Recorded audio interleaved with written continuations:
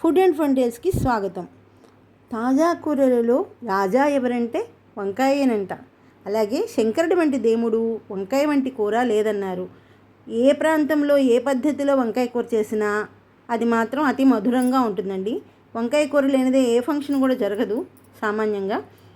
ఇప్పుడు వంకాయలు తీసుకొని కడిగేసి శుభ్రం చేసుకొని వాటిల్లో పుచ్చులు ఏమైనా ఉన్నాయేమో చూసుకొని చక్కగా ఒక వంకాయని 4 ముక్కలుగా కట్ చేసుకొని నీళ్ళల్లో వేసుకొని పసుపు వేసుకొని ఒక 2 నిమిషాలు అలా పెట్టేసుకొని ఇలా బాండీ పెట్టేసుకొని బాండీలో నూనె వేసి పచ్చిశనగపప్పు, చాయమినపప్పు, ఆవాలు, జీలకర్ర, ఒక ఎండుమిరపకాయ తుంచి వేసి తిరగమాత కొంచెం వేగిన తర్వాత ఒక నలుసు పసుపు వేసుకొని కరివేపాకు వేసుకొని వంకాయ ముక్కలు వేసేసుకున్నానండి.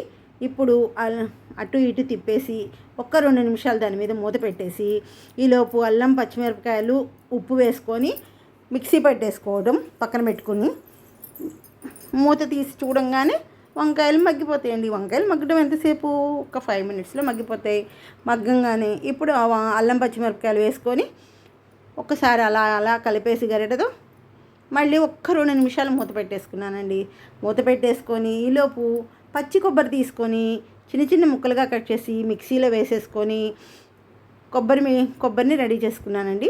ఇప్పుడు వంకాయ కూర రెడీ అయిపోయింది. దాంట్లో ఇప్పుడు లాస్ట్లో కొబ్బరి వేసేసి ఇంకా స్టవ్ ఆపేసేసుకోవచ్చండి. ఆపేసుకొని వేడి మీద కొబ్బరి వేసేసుకొని కొత్తిమీర గార్నిష్ చేసేసుకొని ఒక్కసారి అలా తిప్పేసుకొని సర్వ్ చేసుకోవడమేనండి. మా ఛానల్ని సబ్స్క్రైబ్ చేసుకోండి. మీకు నచ్చిందా అండి?